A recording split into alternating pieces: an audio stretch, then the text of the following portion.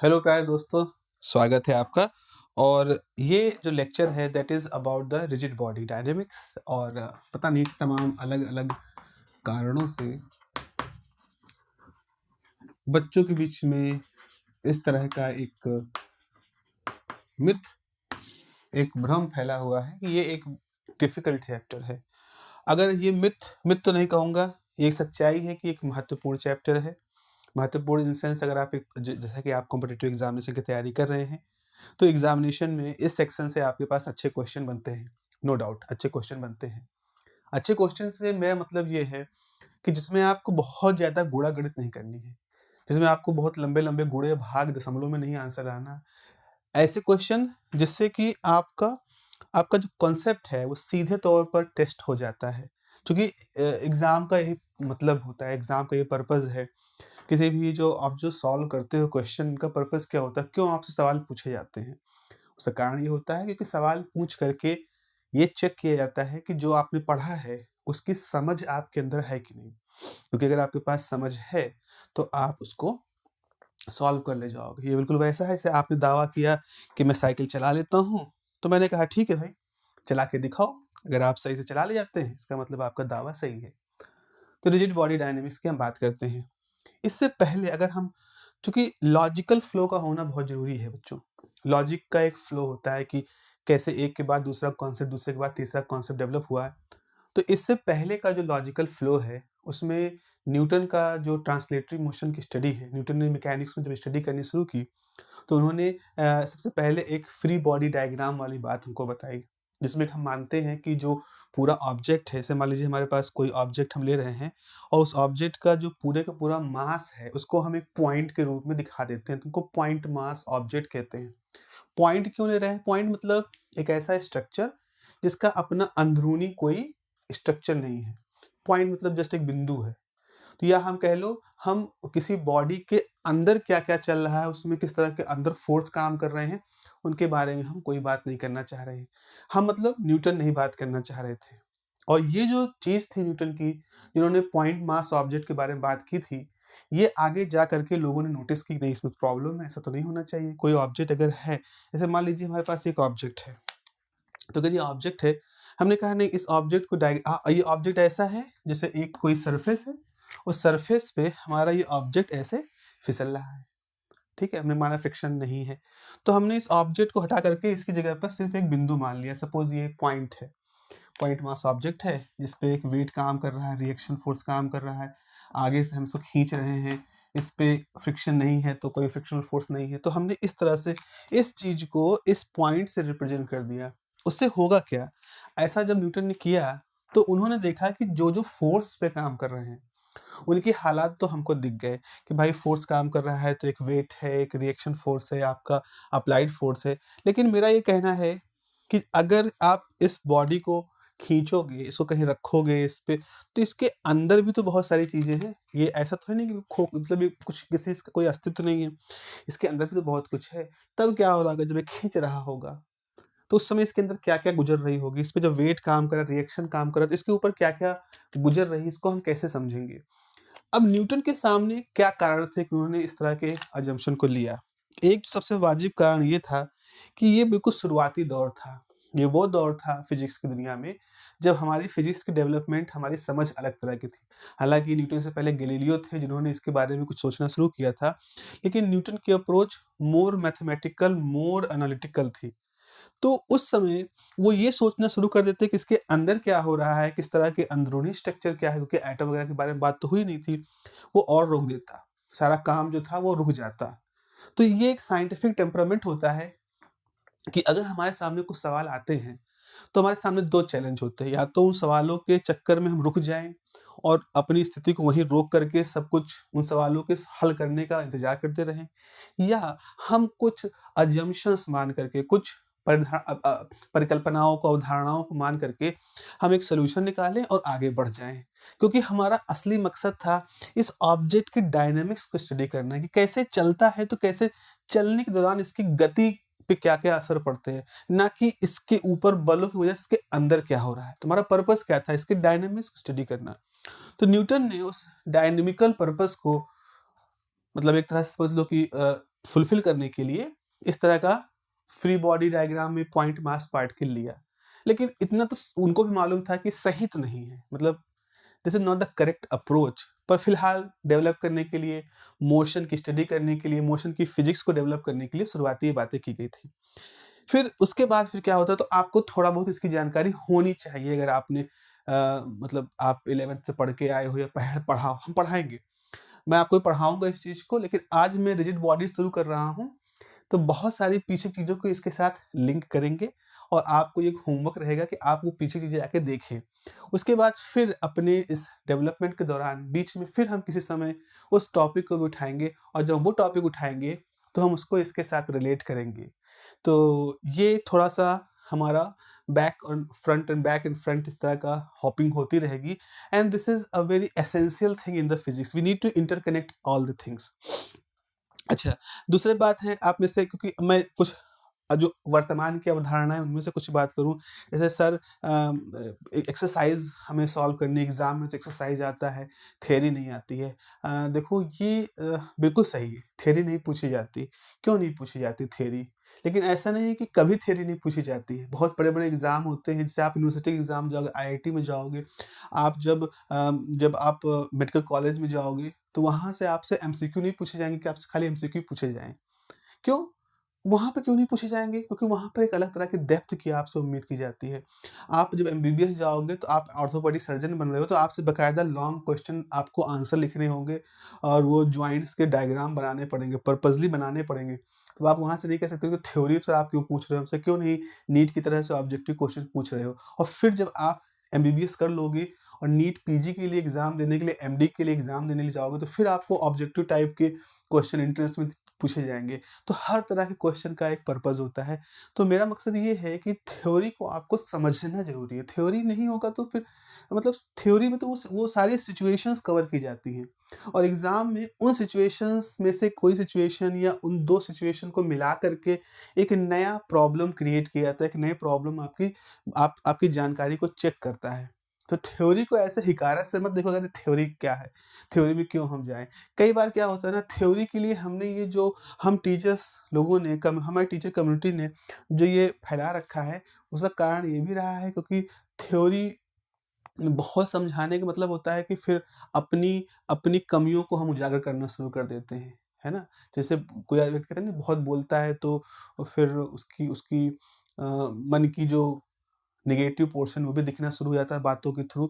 तो क्या होता है ना, जब बहुत ज़्यादा आप एक्सपोज़र करते हो, तो फिर आपका नेगेटिव पार्ट दिखना शुरू हो जाता है। थ्योरी के साथ भी ऐसा है, अगर आप बहुत ज़्यादा थ्योरी पढ़ाते हो, तो आपको सब्जेक्ट के कुछ ग्रे एरिया दिखने शुरू हो जाते हैं। लेकिन मेरा हमेशा से पर्पज़ ये रहा है, और मुझे ऐसे लोगों ने भी ट्रेन किया है, कि theory is very essential, because theory and numericals are not two different things. Theory means क्या-क्या स्थितियाँ हो सकती हैं, जिसमें हम इस सिचुएशन को अप्लाई कर सकते हैं, एंड प्रॉब्लम उन सारी स्थितियों में से किसी एक स्थिति का न्यूमेरिकल नंबर क्वांटाइजेशन हो जाता है, मतलब न्यूमेरिकल्स उसमें आ जाते हैं। तो कुछ नंबर्स दे देते हैं, कुछ सिचुएशन दे दी जाती है। सो थ्योरी का एक पार्ट होता है न्यूमेरिकल के रूप में, जो आपसे चेक किया जाता है। ओके, तो रिजिड बॉडी क्या होता है? रिजिड बॉडी के बारे में अगर बात करें, जैसा कि नाम सजेस्ट कर रहा है, रिजिड बॉडी इन जनरल, मान लीजिए जो हमारे पास एक रिजिड बॉडी का डायग्राम इस तरह का जो हम लोग बनाते हैं, ये रिजिड बॉडी है। रिजिड बॉडी क्या होता है? रिजिड बॉडी में बहुत सारे मास पार्टिकल होते हैं। आप जैसे बहुत सारे मास से मिलकर लगातार बना हुआ है। फॉर इंस्टेंट अगर मैं कहूँ कि क्या यही है, क्या ये एक रिजिड बॉडी है? ओके, इस रिजिड बॉडी है, तो आप इस रिजिड बॉडी पे कई जगहों पे कुछ पॉइंट बना दें, जैसे हमने यहाँ पे बनाए हैं। अब मान लीजिए आपने कोई पॉइंट ओ ले लिया, इससे इसकी डिस्टेंस, ये मास m1 है, इसकी डिस्टेंस r1 है, इससे इसकी डिस्टेंस r2 है, मास m2 है, इससे इसकी डिस्टेंस r3 है, ये मास m3 है, और ऐसे ही आप infinite number of particle you can say यहाँ पर हैं, और इन सब के लिए आप एक रिलेटिव पोजीशन देख सकते हो कितनी, इस रेफरेंस पॉइंट, ये हमने ऐसे चूज कर लिया अपने मन से, और यहाँ से हमने सारे मास पॉइंट की डिस्टेंस निकाली। अब क्या करते हैं कि हम इसके ऊपर फोर्स लगा रहे हैं, इस पर फोर्स लगा रहे हैं, इस पे फोर्स लगा रहे हैं, मतलब ऐसा नहीं कोई फिक्स डायरेक्शन में, रैंडमली हम इस पे फोर्स लगा रहे हैं। अगर हमारे फोर्स लगाने, ऐसा नहीं कि इतना फोर्स क्रैक कर दे, हाँ इस पर हम फोर्स लगा रहे हैं नॉर्मली जो हम प्रैक्टिकली अप्लाई करते हैं, तो अगर उतना फोर्स लगाने से इन इन जो पोजीशन है, ये जो पॉइंट है, इनके बीच की जो रिलेटिव पोजीशन है वो चेंज ना हो, तो ऐसे ऑब्जेक्ट को हम रिजिड ऑब्जेक्ट कहते हैं। कठोर, जिसको हम साधारण भाषा में कहते हैं ना, ये कठोर ऑब्जेक्ट है, रिजिड ऑब्जेक्ट है। तो अब वो खोखला है, वो ठोस है, दैट इज डिफरेंट इशू। खोखला भी हो सकता है, ठोस भी हो सकता है। जैसे ये देखिए, ये एक डिब्बा है और ये एक रिजिड ऑब्जेक्ट है। क्यों? क्योंकि अगर हम इसके ऊपर एक निशान मान लो यहाँ बनाए, एक निशान हमने यहाँ बनाया, हमने यहाँ पे कुछ निशान बना दिए, ठीक है। अब हम क्या कर रहे हैं, इसको दबा रहे हैं, इस पे फोर्स लगा रहे हैं। इतना नहीं कि इसको बिल्कुल एकदम कचर दें और ये इसकी टूट टाट के बराबर हो जाए, एक नॉर्मल फोर्स जो इस पे लगा सकते हैं वो लगा रहे हैं, बट हम ये पा रहे हैं कि इसमें जो रिलेटिव पोजीशन है वो चेंज नहीं हो रही। So this is a rigid body, और ये इसमें पूरा मास है, हर तरफ मास है, अंदर खोखला है, that is different thing, but ये इसका एक स्ट्रक्चर है, फिक्स स्ट्रक्चर है, चेंज नहीं हो रहा है। ओके, नॉट सो रिजिड के लिए क्या है, मान लीजिए हमारे पास ये एक ऑब्जेक्ट है, ठीक है, ये हमारे पास एक ऑब्जेक्ट है, और फूले कैसे, ये देखो ये एक ऑब्जेक्ट है, और इस ऑब्जेक्ट पे मान लीजिए हमने यहाँ एक फोर्स, यहाँ एक पॉइंट ले लिया, और हमने यहाँ एक पॉइंट ले लिया, ठीक है। अब जितना फोर्स हमने इस बॉडी पे लगाया था उससे ज़्यादा तो फोर्स नहीं लगा रहे हैं। तो जैसे हमने फोर्स लगाया, तो आप देखो हमारे फोर्स लगाते ही इन दोनों पॉइंट के बीच की रिलेटिव पोजीशन थी वो चेंज हो गई। हमने ऐसे फोर्स लगाया, देखो इनके बीच की डिस्टेंस चेंज हो गई, बिकॉज से डिस्टॉर्ट हो रहा है। तो ये जो ऑब्जेक्ट है ये रिजिड बॉडी की परिभाषा में नहीं आ रहा है। क्यों? क्योंकि जब हम इसके ऊपर फोर्स लगाते हैं, बहुत ज़्यादा नहीं, नॉर्मल फोर्स, इस पर तो हम बहुत फोर्स लगा रहे थे तब भी कुछ नहीं हुआ, और इस पर अगर हमने उतना फोर्स लगा दिया तो ये तो खत्म हो गया। तो क्या परिभाषा, इन दोनों में से कौन सा ऑब्जेक्ट रिजिड है? This is a rigid object and this is not a rigid object, rigid body ये नहीं है, और कारण वही है, रिलेटिव पोजीशन जो होती है पॉइंट के बीच की वो चेंज हो जाती है। ओके, तो this is the definition of rigid body. Okay, मुझे एक लेक्चर है एबीजे सर का है, मोहित त्यागी जो चैनल पर पढ़ाते हैं, मोहित त्यागी सर के चैनल पर। एबीजे सर ने जब रोटेशनल डायनामिक्स का टॉपिक शुरू किया, और उन्होंने जब रोटेशनल डायनामिक्स के पहले शुरुआती हिस्से में जब रिजिड बॉडी की डेफिनेशन देनी शुरू की, तो वो डेफिनेशन जो थी वो बहुत ही स्टैंडर्ड पाथ उन्होंने फॉलो किया। I am a great admirer of ABJ sir, but वो जो परिभाषा की शुरुआत उन्होंने की थी, that is a physicist approach, a hard core खाटी फिजिसिस्ट अप्रोच था। क्योंकि उन्होंने उसमें एक खास तरह की थ्योरम है, रिजिड बॉडी की एक थ्योरम है, आई एम कुछ माजी करके, शायद I am not very sure, शायद एक माजी करके थ्योरम है, माजी थ्योरम है, ऐसे कुछ है, mossy theorem, I am not very sure, मैं डिस्क्रिप्शन में डाल दूंगा उसका जो करेक्ट नाम है। उस थ्योरम ये कहता है कि कोई भी रिजिड बॉडी, जैसे ये रिजिड बॉडी है इस तरह की, अगर हम इसको किसी रास्ते पे भेजें, ठीक है, जैसे मान लो एक रिजिड बॉडी है इस तरह से, ये रिजिड बॉडी है हमारी, तो इस रिजिड बॉडी को अगर हमने इस पोजीशन से इस पोजीशन तक ट्रांसलेट कर दिया, तो ये तो सिंपल सा एक डिस्प्लेसमेंट हुआ, मतलब जैसे यहाँ पे था और हमने इसको यहाँ डिस्प्लेस कर दिया, सिंपल ट्रांसलेटरी डिस्प्लेसमेंट है। तो वो जो थ्योरम है वो ये कहती है कि हर तरह की लीनियर डिस्प्लेसमेंट को, हर तरह के लीनियर वेलोसिटी सिनेरियो को हम दो हिस्से में तोड़ सकते हैं, लीनियर प्लस रोटेशनल या स्क्रू टाइप ऑफ बिहेवियर। मैं एबीजे सर का वो जो डिस्क्रिप्शन था उसका एक्सप्लेनेशन मैं यहाँ पे थोड़ा दे रहा हूँ, बिकॉज जब मैंने उसको देखा तो मुझे लगा थोड़ा सा, मतलब it should be explain a little bit more. तो थ्योरम समान भाषा में ये कहती है कि जैसे ये ऑब्जेक्ट है, इस ऑब्जेक्ट का एक ट्रांसलेशन तो सीधा हुआ ये, लेकिन हम इस ट्रांसलेशन को, जो कि सीधा ट्रांसलेशन है, इसको हम रोटेशन के साथ भी मिक्स कर सकते हैं। कैसे? सोचिए कि ऑब्जेक्ट ऐसे जा रहा है, यूं हो रहा है इस तरह से, एंड नाउ यहाँ पहुंचते पहुंचते ये इस तरह से हो गया। तो आप देखो, एक सिनेरियो था कि ऑब्जेक्ट ऐसे था, सीधा डिस्प्लेसमेंट हुआ। एक सिनेरियो क्या था, ये यहाँ से चला, स्टार्टेड टू रोटेट हो रहा है, और चल भी रहा है, रोटेट हो रहा है, चल रहा है, रोटेट हो रहा है, जैसे यहाँ पोजीशन पहुंचा तो ऐसे आ गया। तो दोनों सिचुएशन एक जैसी है, यहाँ पर भी क्या था, फाइनल इनिशियल ये था, इनिशियल पोजीशन ऐसे थी, फाइनल पोजीशन ऐसे है। तो एक जो न्यूटन की जो ट्रांसलेटरी मोशन वाला कॉन्सेप्ट है उसके हिसाब से आपने यहाँ रखा, सीधे इसको ऐसे शिफ्ट कर दिया। This is the pure translation motion.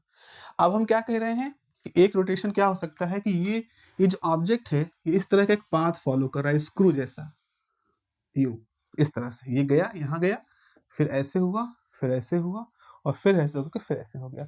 तो इन दोनों सिचुएशन में अंतर क्या है? इन दोनों सिचुएशन में अंतर क्या है? ये जो प्योर ट्रांसलेशन मोशन था और ये दूसरा जो हमने बताया है जो स्क्रू करता है, स्क्रू मतलब से स्क्रू घूमता है उस तरह का, इस तरह के मोशन में एक ट्रांसलेटरी कंपोनेंट भी आ गया। ऐसी स्थिति में क्या होगा? तो अगर आप सोचिए, अगर आप ऐसे देख रहे हैं, अगर आप ऐसे देख रहे हैं तो आपको दिखेगा कि ये ऑब्जेक्ट ऐसे जा करके यूं घूमा, ये हुआ। लेकिन अगर आप सोचो आप यहाँ से देख रहे हो, तो आप जब यहाँ से देख रहे हो, दो सिचुएशन है। एक सिनेरियो क्या है, ये ऑब्जेक्ट यूं जा रहा है और ऐसे करके यूं हो जा रहा है, ठीक है। तो अगर आप इसको इस फ्रेम से देखोगे बिल्कुल सामने से, तो आपको दिखाई पड़ेगा ये ऑब्जेक्ट ऐसे गया, यूं घूमा और ऐसे हो गया, एक सिचुएशन। लेकिन आप अगर इसको इस तरह से परपेंडिकुलर ना देख करके इसके एक्सिस का लॉन्ग देखोगे तो आपको फिर ऐसे दिखाई पड़ेगा। मैं आपको दिखा रहा हूँ, जैसे यहाँ से देखो, फिर आपको दिखेगा इस तरह से। तो आपके लिए ऐसा लगेगा, अगर आप यहाँ खड़े होकर देखोगे तो आप लगेगा कि एक एक्सिस जिसके बीच से गुजर रही है, ये ऑब्जेक्ट खाली उसी एक्सिस पर ऐसे घूम रहा है। लेकिन जब आप यहाँ से देखोगे तो आप पाओगे कि ये आप घूम भी रहा है और धीरे धीरे इस तरह से रोटेट भी कर रहा है। तो इस चीज को सिंप्लीफाई करते हुए जो थ्योरम थी, जो स्क्रू एक्सिस है, उसने बताया था कि दो तरह के मोशन होते हैं। एक होता है translatory motion plus rotational motion about any axis, about any axis. और जब आप इस चीज को लेते हो तो यहाँ पर एक एंगुलर वेलोसिटी का टर्म आ जाता है। तो वो जो एबीजे सर डिस्कस कर रहे थे वो क्या था, वो बेसिकली वो कहना चाह रहे थे, उस थ्योरम के बारे में कहना चाह रहे थे कि वो थ्योरम कहती है कि किसी भी तरह का सिंपल ट्रांसलेटरी मोशन अगर हम रिजिड बॉडी में देखते हैं तो जो सिंपल ट्रांसलेटरी मोशन होता है वो एक्चुअली लिखा जा सकता है in term of translatory part plus rotational part, और रोटेशनल पार्ट में ओमेगा का यानी कि एंगुलर वेलोसिटी का रोल आता है।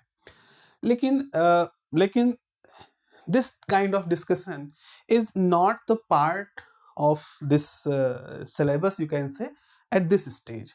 आगे आप इंजीनियरिंग करोगे या आप आगे हायर फिजिक्स का कोर्स पढ़ोगे तो वहाँ पर आपको पोलर कोऑर्डिनेट के टर्म में, थीटा और आर के कोऑर्डिनेट के टर्म में बकायदा कैलकुलस की हेल्प से अच्छे समझाया जाएगा।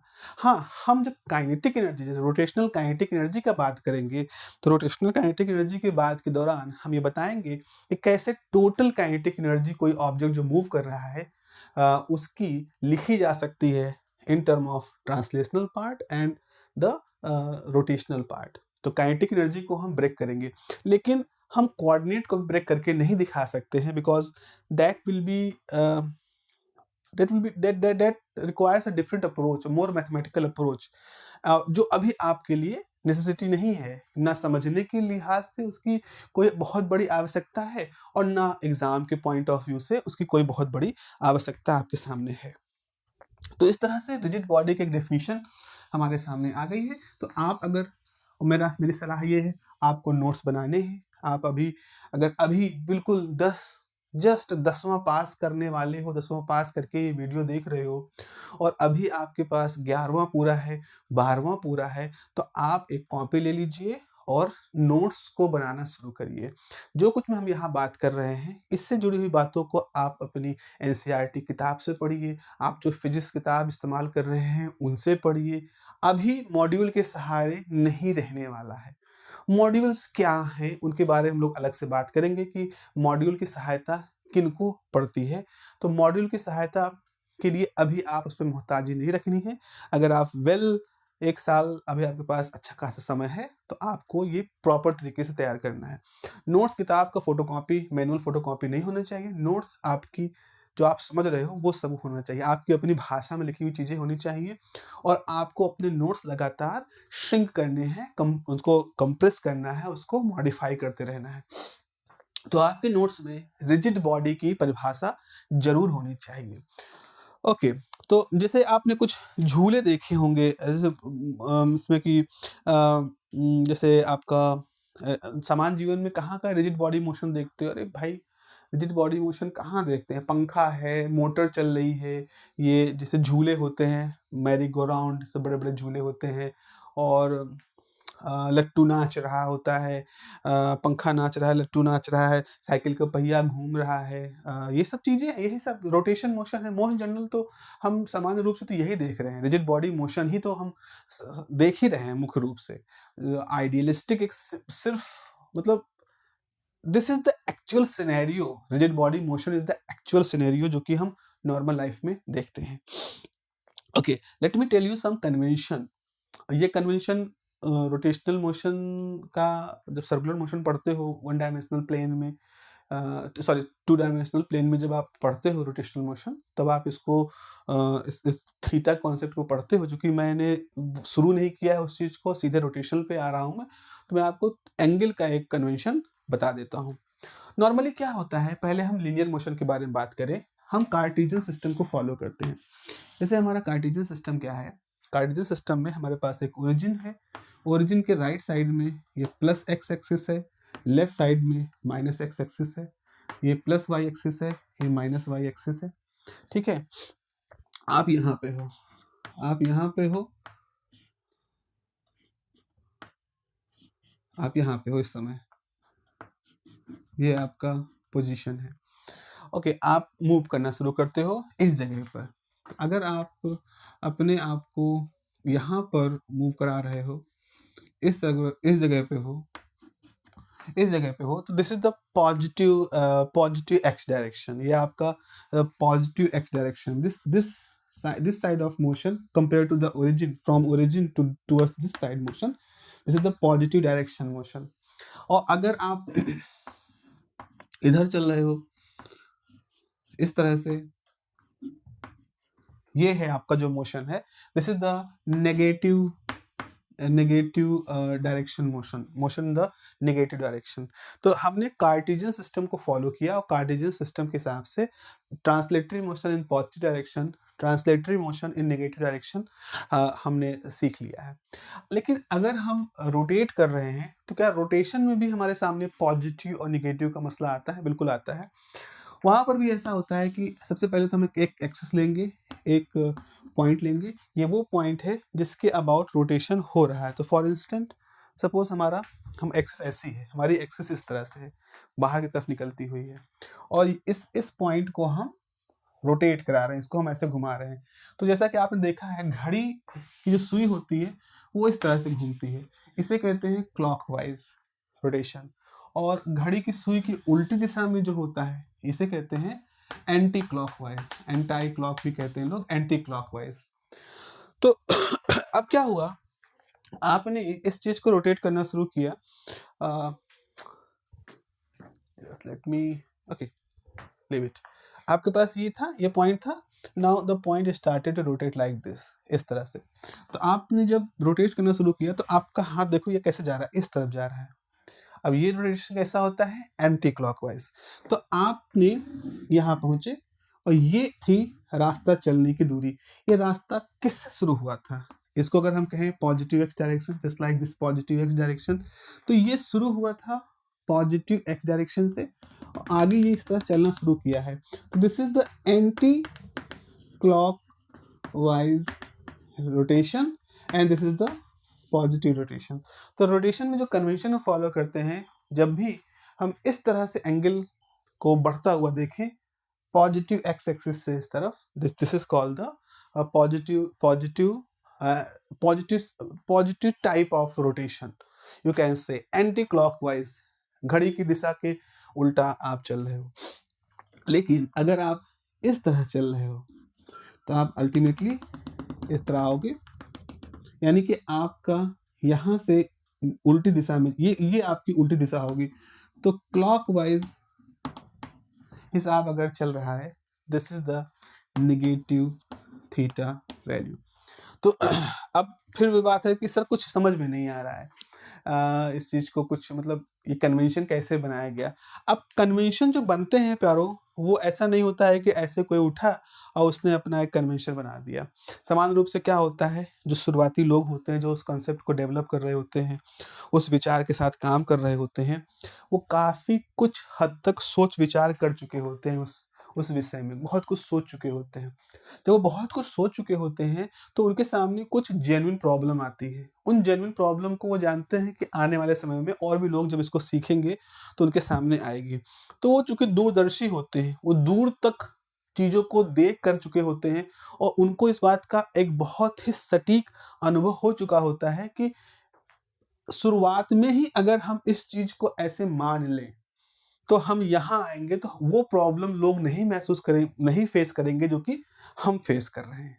It is very much like, जैसे सोचिए, जैसे आपके आपके आपके पूर्वज हैं, तो उन्होंने बड़ी मेहनत से पैसा कमाया, बहुत मेहनत से पैसा कमाया और फिर क्या हुआ, एक दिन अच्छा खासा पैसा कमा लिया। फिर वो सोचते हैं कि अब मेरे बाद मेरे लड़के के लड़के, मेरे बच्चे जो मतलब आगे पुश्तें होंगी, वो भी इतना संघर्ष करेंगे। तो उन्होंने क्या किया, उन्होंने जो पैसा कमाया अपनी उम्र के आखिर आते-आते, उस पैसे को उन्होंने कहीं जमा दिया। जमाने इन द सेंस कहीं इन्वेस्ट कर दिया, कुछ ऐसा कर दिया, कुछ उसको इस तरह से रख दिया कि उनको तो नहीं, लेकिन उनके बाद की जो पुश्तें आएँगी, उनको फ़ायदा होगा, या कुछ रूल बना दिया, कुछ ऐसे मतलब कुछ ऐसा पॉज़िटिव कर दिया कि उन लोग जो अगली पीढ़ी है, उसको उसका फ़ायदा मिलना शुरू हो गया। तो समझ लो साइन कन्वेंशन जो है वो ऐसे ही कुछ कुछ रवायतें हैं, कुछ ऐसे क्या कह सकते हो, पुरखों खजाने हैं, वैज्ञानिकों खजाने जो हमको दे दिए उन्होंने अपने अनुभव से, उनके अनुभव के खजाने से निकला हुआ एक जवाहरात है। तो जैसे ही आपने पढ़ना शुरू किया रोटेशनल मोशन, ऐसे ही आप जब वर्क पढ़ोगे तो पॉजिटिव नेगेटिव की वैल्यू के बारे में बात होगी।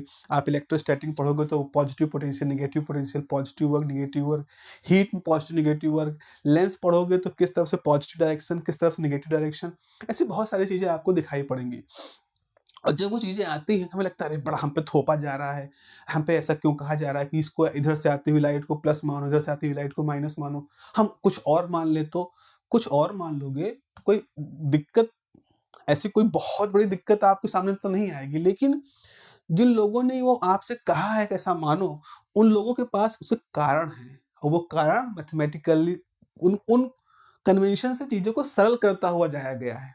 तो आपको समझना है कि जो कन्वेंशन है, उस कन्वेंशन को हम कितने सटीक तरीके से बिना याददाश्त पे जोर डाले एडॉप्ट कर सकते हैं।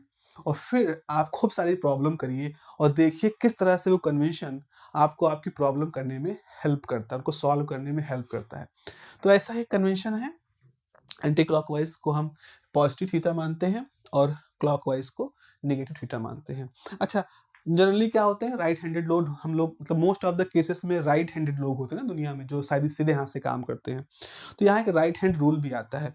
राइट हैंड रूल ये कहता है कि आप ऐसा करिए, अपना सीधा हाथ ऐसे रखिए, ठीक है, अपना सीधा हाथ रखिए। अब आप अपनी मुट्ठी बंद करिए। जब आप मुट्ठी बंद करेंगे तो उंगलियां कैसे जा रही हैं, ये जो उंगलियां जा रही हैं ये क्या है, ये उंगलियां जो है ये आपकी थीटा को दिखा रही है, तो ये इसकी थीटा को दिखा रही है।